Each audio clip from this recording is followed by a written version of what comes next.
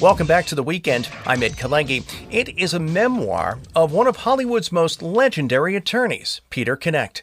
It is being published a decade after Peter's death. The new book is Blood and Justice on the Sunset Strip, the life, loves, and lies of Hollywood criminal defense attorney Peter Knecht, a memoir.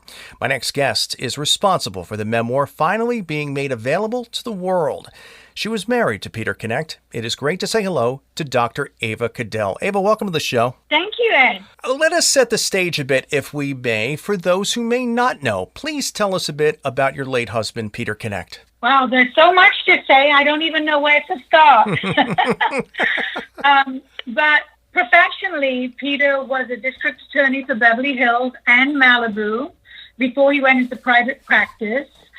And then when he went into private practice, he became a renowned criminal defense attorney who represented many Hollywood celebrities. And then he also appeared on TV as an analyst on criminal justice, the major media outlets.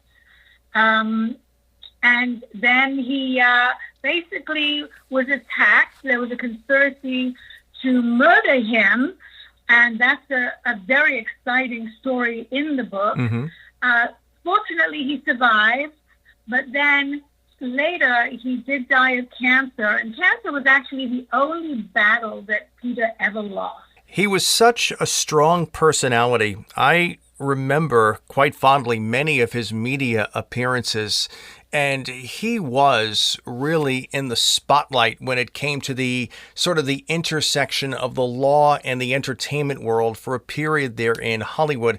And this is a memoir that is being published, as I mentioned, 10 years after Peter passed on. So, Eva, why is now the right time for the world to see this book?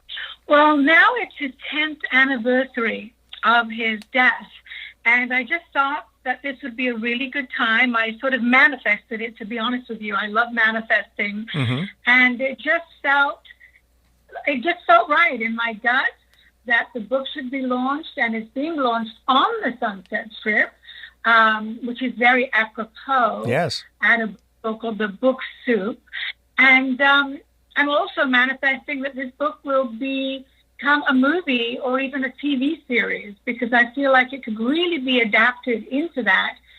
Every chapter is completely different, and there's also life lessons that can be shared in every single chapter. Mm-hmm.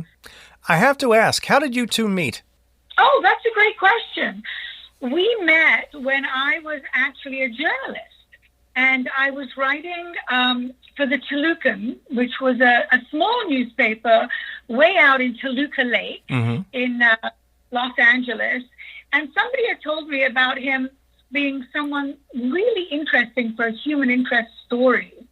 So I remember I was introduced to him on his birthday, and I fell in love with him. His mind was incredible. His intelligence was through the roof. And he was pretty good looking, too. That always helps. It was a great way for me to, interview him and ask him all the personal questions that I wanted. Yeah. So as you were doing that interview, did you feel that fire? Was it there immediately? There was definitely chemistry. Very nice. At that time, Peter was quite a playboy, I have to tell you. So it was also a unique challenge for me to go out with him and then eventually marry him. And I always said at my seminars, I'm an expert in love and relationships, yes. Not because of my 2 doctorates, not because of all my books that I wrote, but because I tamed a stallion, Peter Knecht. Peter had such a strong personality and had this unmistakable charisma, and you could see why he was so very successful in the field in which he chose to pursue. And I find his personal story so fascinating on so many different levels. He was born in Vienna in 1936, and to go from Vienna to the Sunset Strip is quite a journey. So to be able to truncate that just a little bit, Eva, for the purposes of our conversation here, how did Peter get from Vienna to L.A., and what led him into law? That's a really good question. And, of course, that goes way back. As you said, he was born in Vienna. But the Nazis stomped on his crib while he was an infant, leaving him for dead. And, his family basically escaped from Vienna and they came to America. And Peter said that from day one, his dad instilled in him that he should be his own boss. Mm-hmm. And he said, being Jewish, you're going to have a hard time in life. And we know that even today, especially if you don't have a universal profession. So basically, Peter said that he wanted to practice the kind of law that would prevent what happened to them in Vienna, that would prevent the government from kicking in his door and stealing from them and killing them. And so consequently, he went to USC in Los Angeles, and he basically became so passionate about law that he was even able to change the search and seizure laws in the courts. And as a young lawyer, his liberal idealism was found on lessons that he learned from the Austrian experience and from being persecuted by the Nazis during the Holocaust. And as you see today, there's, again, the anti-Semitism just keeps raising its ugly head. Mm-hmm. It does. And I think it's interesting that you mention how he has this enduring effect on the California legal system, because you did talk about how he is credited with forever changing California's search and seizure laws. We all want to make a difference and an indelible imprint into whatever field we all decide to go into. But in that respect, for that legacy that he left behind in California jurisprudence, that's quite an accomplishment. It is. And a lot of people don't understand what it means exactly. So, for example, here's a case history from his book. Mm-hmm. He wrote that judges and jurors can be starstruck, though sometimes with celebrities, judges will lean the other way, to help them. So there was a case with David Crosby, who was charged with a misdemeanor, but the judge set bail at $100,000. And that was totally excessive in those days. But nonetheless, David was able to pay, that immediately because of his celebrityhood. And then basically later on, David went to jail when he was in another city. He was in Texas, I believe. Because when he was in LA, Peter was able to get him off. And a lot of the time it was because of not just a legal issue, like the police sometimes will go in and they won't do everything by the book. So Peter was able to get a lot of people off because of that. However, with David Crosby, when he was later arrested in Texas while he was on a concert tour, they nailed him and they convicted him, and he went to prison for 9 months. But after he came out, the case was reversed on appeal for illegal search and seizure of his dressing room. So, a lot of lawyers let criminals out because of that, because the police are just too anxious to arrest them, and they don't do it by the book. And I think it's very interesting in that when Peter went into private practice and he started to specialize in the criminal defense of many Hollywood celebrities. You mentioned the David Crosby case there. There are so many others, just names that I'm remembering from reading the book. Peter Fonda, Dennis Hopper, Ryan and Tatum O'Neal, Robert Blake, Charles Bronson, Jason Priestley, Rob Lowe, and the ultimate 90s name, Heidi Fleiss. These people, and I'm thinking about what it must be like to be a defense attorney when you represent a client such as this, because when you walk into a courtroom and those 12 people sit in the jury box they already know who that person is, who you are representing, and they already have their feelings about that person because they've watched that person perform in their own living room. They've listened to that person sing to them many times, or whatever their field of entertainment was. So for an attorney, that's got to be so difficult because in some cases, you may already be starting with one strike because you're going to get someone who may say, oh, I don't have any, predetermined premonitions or feelings about this person. But when you represent someone, Ava, of such a high celebrity status, it's very hard to overcome that. So Peter did not choose an easy path. When you are representing people as notable as the clients in which he did, that makes your job even much more difficult, does it not? Oh, absolutely. And one of the things that actually Peter was very good at was tricking the press and letting them know that his celebrity clients were going to be in court at a completely different time and place. And so it was really important for him to treat everybody like a star, not just, the celebrities. Yeah. But he did have a lot of them, and some of them became very close friends. I know he was friends, with Gary Busey because he lived in Malibu. Gary would come and sing happy birthday to him at his parties.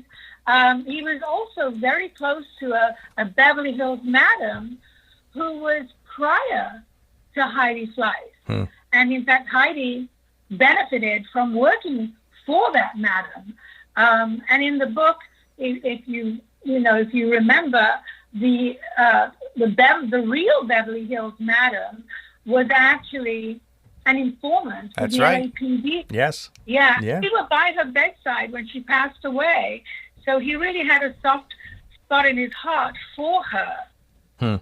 What I can't get past is something you just said. You're not living a bad life when Gary Busey is coming over to sing happy birthday to you every year. You're living the right life when things like that begin to happen. And you mentioned something earlier, Ava, that I think is so true, that Peter worked during a time when attorneys themselves were quite often in the limelight, and some of them, including Peter, gained celebrity status themselves. He appeared on all 4 television networks, and CNN, and tons of local TV in LA. He understood how television and how the media in general could work when it came to the law, and especially in teaching and crafting public opinion about the law. And he was very ahead of his game and his time because he knew that, didn't he? Oh, absolutely. He actually went to acting school before he became a lawyer because he knew as a lawyer that when you're in court, you have to act. You have to get the jury to be on your side. And Peter had a great sense of humor as well. And he was so smart that before any big case, he would research every single thing about the judge that was going to be in that room so that he could relate to other cases that the judge worked on. So this was a really smart man. You mentioned something earlier, which was in many ways a pivot point in Peter's life and in your life as well. 1998, Peter survives a murder attempt at home, and you kept him alive until the paramedics arrived, did you not? I did. We actually saved each other's lives. He was attacked, coming home. It was a conspiracy to murder him by one of his clients, but we didn't know that at the time.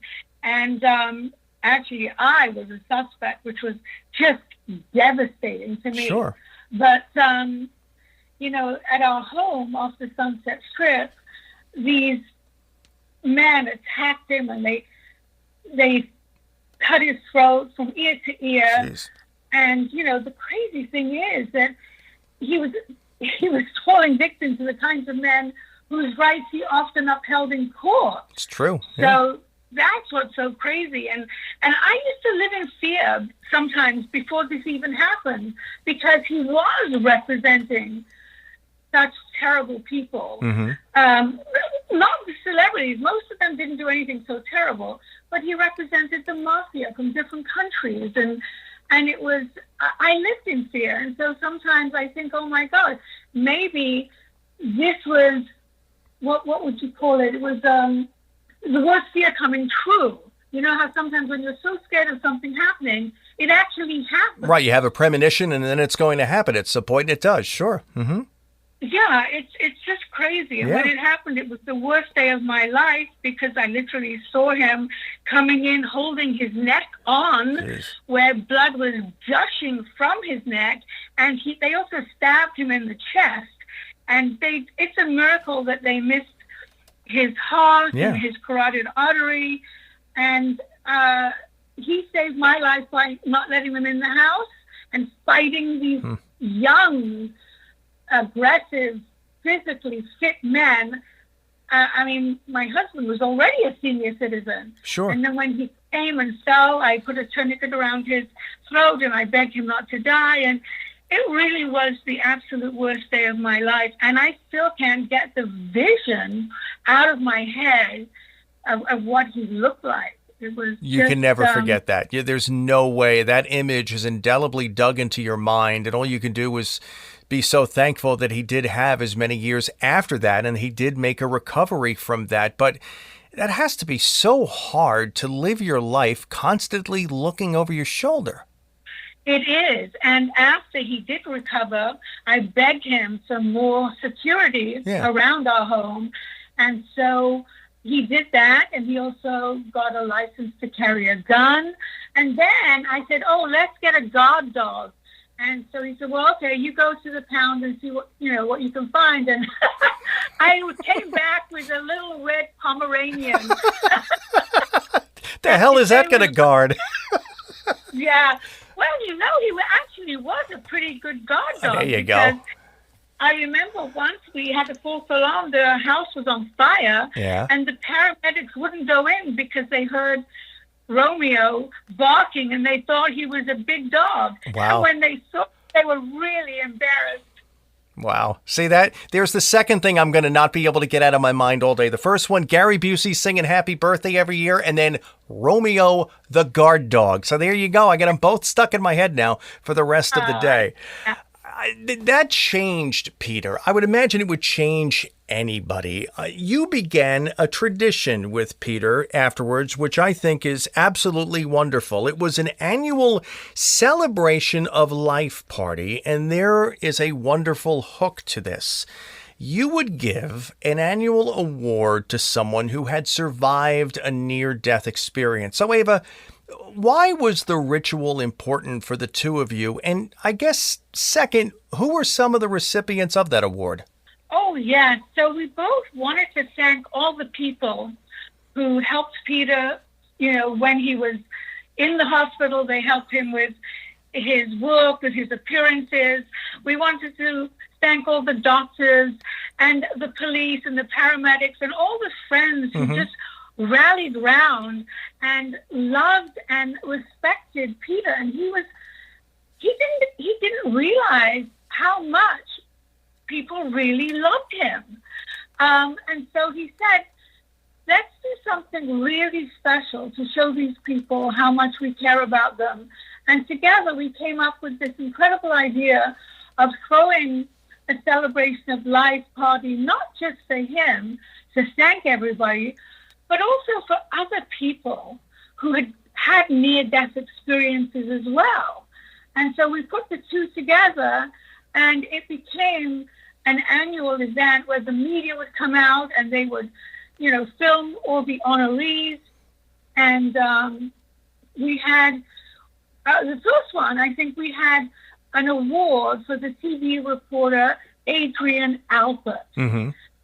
I don't know if you remember, but she was severely burned when an antenna from a newsstand touched a power line, and the electricity was surging through her body. I remember that, yes.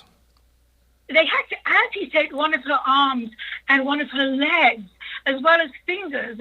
And so we just really wanted to honor her. And then Gary Busey was also a recipient of the award because he had a severely injury when he had a motorcycle accident. Yes. And he was hit by an oncoming car, and he was not wearing a helmet. So his skull was fractured, and he suffered permanent brain damage. And so he was a recipient. And then we had people, as I said, all of our friends and colleagues, and just, it was the most fantastic party I've ever been to. Not just because I created it, but because it was just filled with so much gratitude.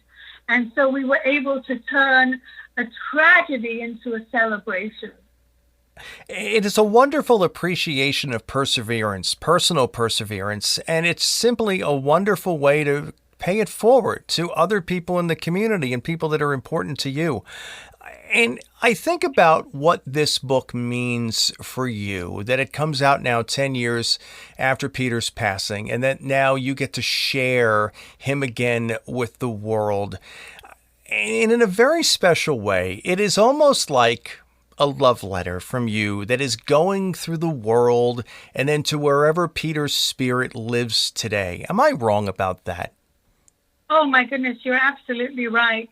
In fact, tomorrow is the anniversary of his death, and I will be going to visit him at the cemetery. And I know how pleased he would be that this book, that he worked on tirelessly, is finally published. He finished the book right before he passed away.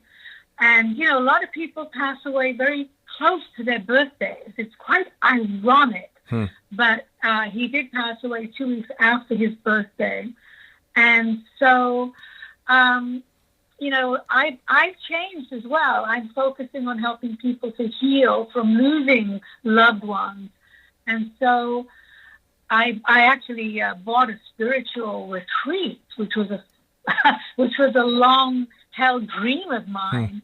And so I think everything that's going on in my life is in synergy with Peter's book. And I want to share all of the life lessons from his book with others and help others so that his spirit does stay alive. And, so that we do have this incredible legacy of a very, very special man who lived his life to the fullest. Indeed. You are so interesting in that you have had such an eclectic and a diverse life and career yourself. And you mentioned how you just bought a spiritual retreat in California, but you've been a model, you've been an actress, then you become a therapist, you're an author, you're an entrepreneur, you're a teacher, you've helped people all through your professional life, and now as the owner of a spiritual retreat. That gives you true purpose. But what I have to ask is, at this point in your life, Ava, what fuels your inner fire the most? Well, it's helping others. There's nothing better than helping others.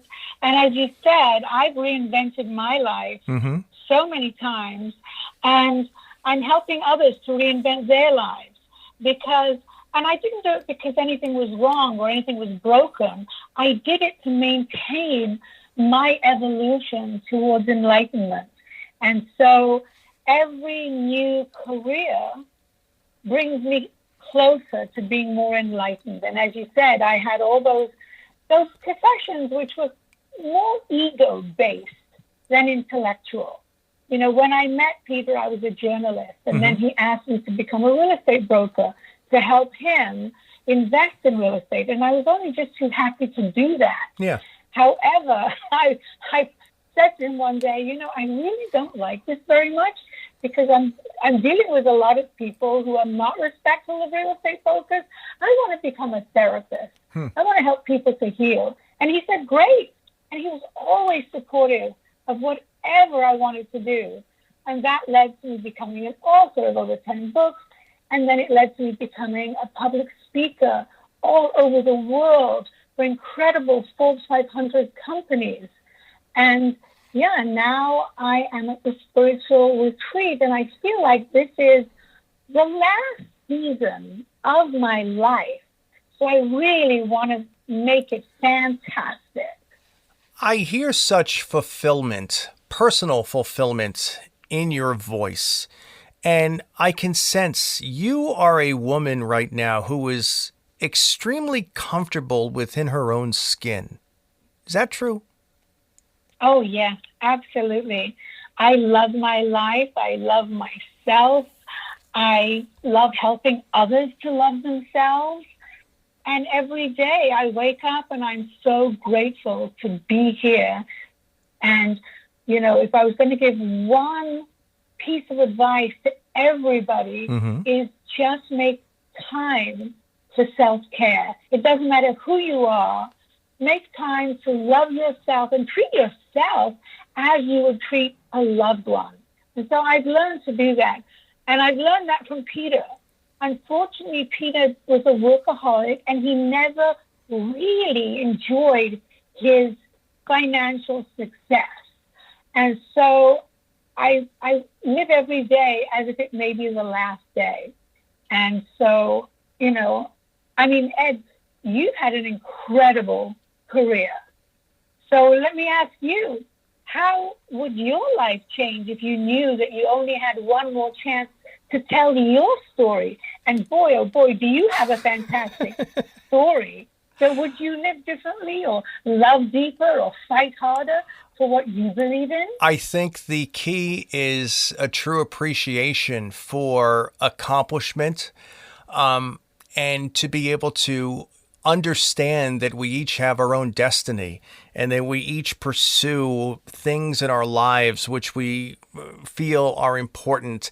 And I don't think you ever really approach a finality because I think the soul is always yearning for more, because I think the fire that burns within me always tells me that there is something next. There is something next to come. But if I was ever told that this is it and that there is no next after that, I think simply a deep appreciation of what I've been able to do, of the people in my life, of those who are the most precious and special to me. I think that deepest appreciation of them would give me a deep appreciation of myself. And I don't know if that makes any sense, but I think that's a good way to live and a good way to attack and pursue each day, because you're very right. There is one day that's going to come that is going to be the final day. And I want to be able to look in my own personal rearview mirror and feel that sense of not just accomplishment, but contentment and fulfillment. And that's why I hear that in your voice. And I think that's a wonderful thing to strive for. So if I could at least attain that in any way, shape, and form in that you have, then I think I would be successful. Well, you are. And I love what you said. It's one of my mottos, which is the best is yet to come. Indeed. Yes, words to live by. Ava, where can people find you online, and where can people find you on the socials? So I'm avacadell.com online, and Peter's website is bloodandjustice.com, and it's got all the life lessons on there as well that I wanted to share with everybody. And on Instagram, I'm Dr. Ava Cadell. On Facebook, I'm Ava Healer, because some bad person hijacked my public profile on Facebook. Things like that don't happen online. Oh, my God. So I came up with a new name, and Ava Healer sounded good to me. That works. It's all good to me, too. Wow. Yes. Oh, these people out there, I'm telling you. But anyway, once again, this new book is Blood and Justice on the Sunset Strip, The Life, Loves, and Lies of Hollywood Criminal Defense Attorney Peter Knecht, a memoir, published by Bear Manor Media. It is available now. It is an enjoyable read. It is a fascinating read, and it is a read of true accomplishment. Dr. Ava Cadell, I have enjoyed this tremendously. Thank you so much for joining me here on The Weekend. Thank you, Ed. And it is available on Amazon and also Audible, and it's riveting, everybody. There you really go. Keep his spirit alive and his legacy to continue to touch lives. Thank you, Ed. This was fantastic. Thank you so much, my friend. Stay with us. More to come. I'm Ed Kalegi, and this is The Weekend.